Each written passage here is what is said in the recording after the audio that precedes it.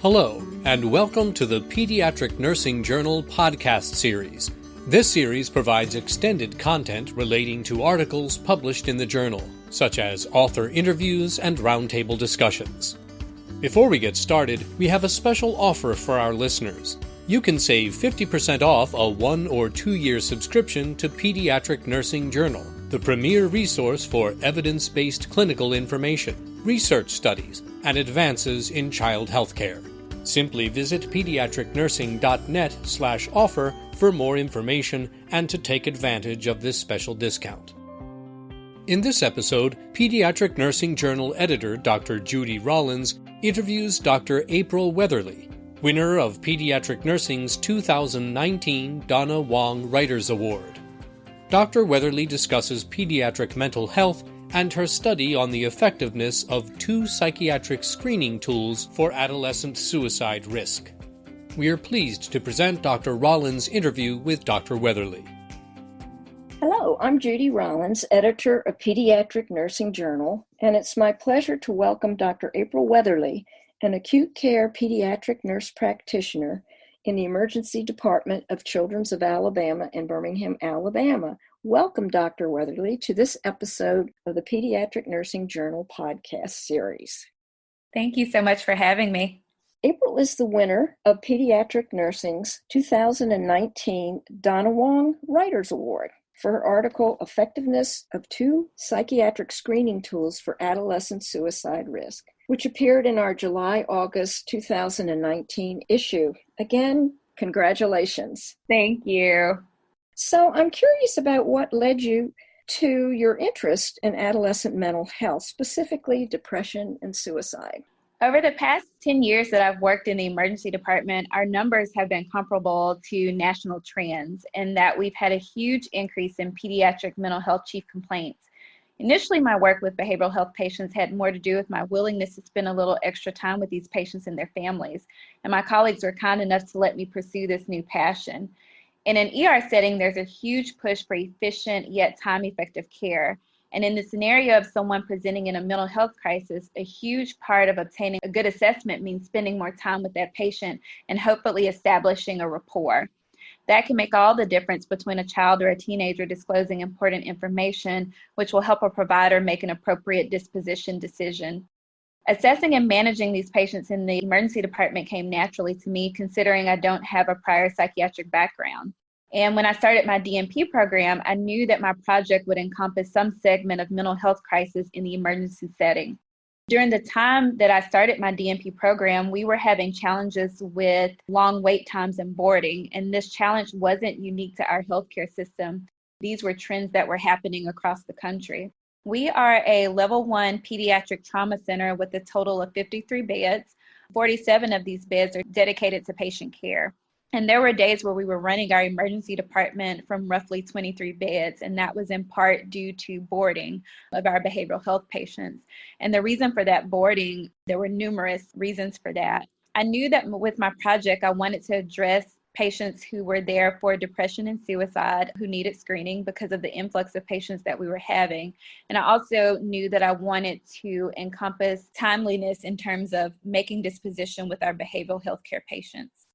So how serious a problem is adolescent depression and suicide in the U.S. today? Over the past several years, suicide has remained the second leading cause of death for adolescents aged 14 to 18. And from 2009 to 2018, suicide rates among this age group have increased by 62%. And I think that's huge. I think that says a lot about why this topic is incredibly important and why screening and prevention are imperative. Much of the literature tells us that suicide attempts are most often associated with teens that have a prior history or diagnosis of depression, and adolescents with unmanaged depression are more likely to have a suicide attempt or engage in some other non-fatal behavior such as cutting. So knowing that depression is an associated factor with suicide makes screening for depression significant. And again, the fact that suicide remains the second leading cause of death should make screening and prevention a high priority. Yes, indeed. So you work in the emergency department, and in your article, you remind us that the ED is the gateway to mental health access for many teens, which made the ED an excellent site for your study.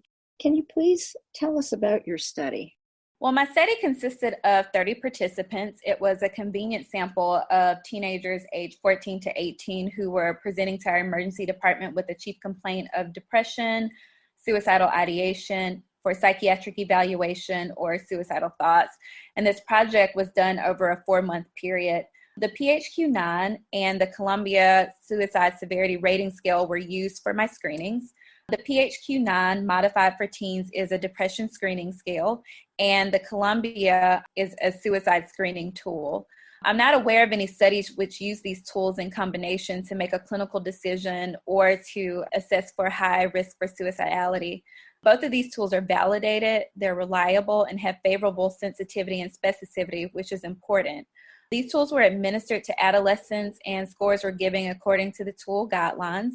The big goal was to identify adolescents who were at high risk for suicide and depression and compare the scores that were given based on the tools with psychiatric provider disposition recommendations. And that would mean whether this patient needed to be admitted or if they were okay for discharge.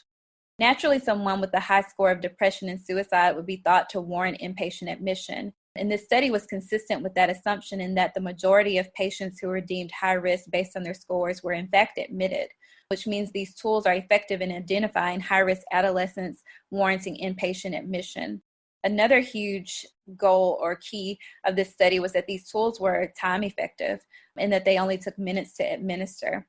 This factor is incredibly significant since our average length of stay for a discharge behavioral health patient is over 4 hours. And that 4 hours encompasses their medical clearance, their referral to our mental health team, which can be a mental health social worker, a nurse practitioner, a psychiatric fellow, or attending psychiatrist. It also encompasses the disposition decision time and then ultimately their discharge.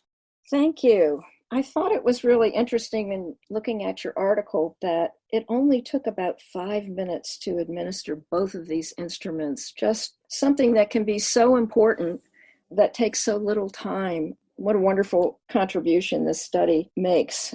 So, what do you think it's important for pediatric nurses to know about the topic of adolescent mental health?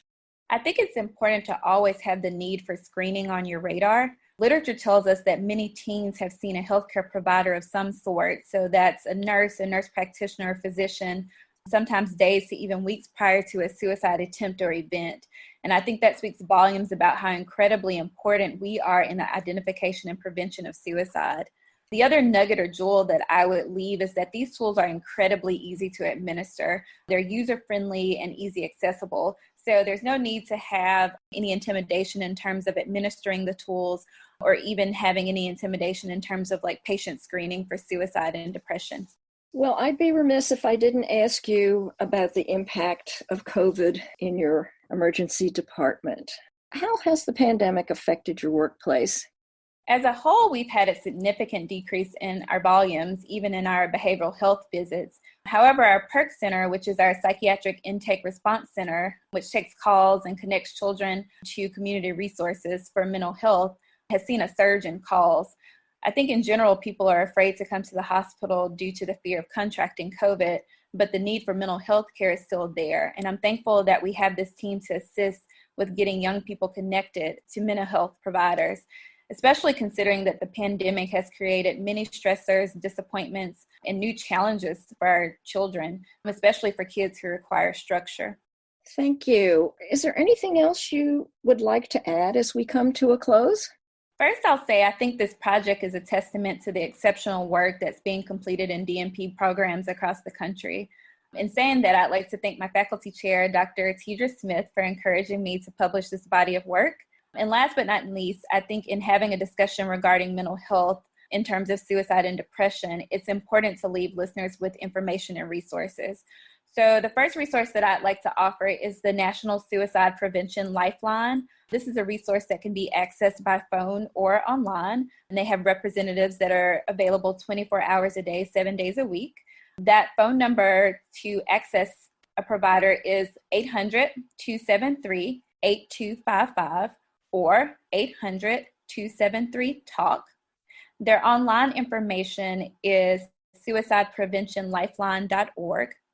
And the second resource that I'd like to offer is for those who are in the local Birmingham, Alabama area or surrounding counties. I'd like to offer you information to our PERC Center. And again, that's our Psychiatric Intake Response Center. They are available from 8 a.m. to 11 p.m., 7 days a week, year-round. And that number is 205-638-7472 or 205-638-PERC, and that's PIRC. Well, Dr. Weatherly, thank you very much for taking the time to talk with me today and sharing your expertise.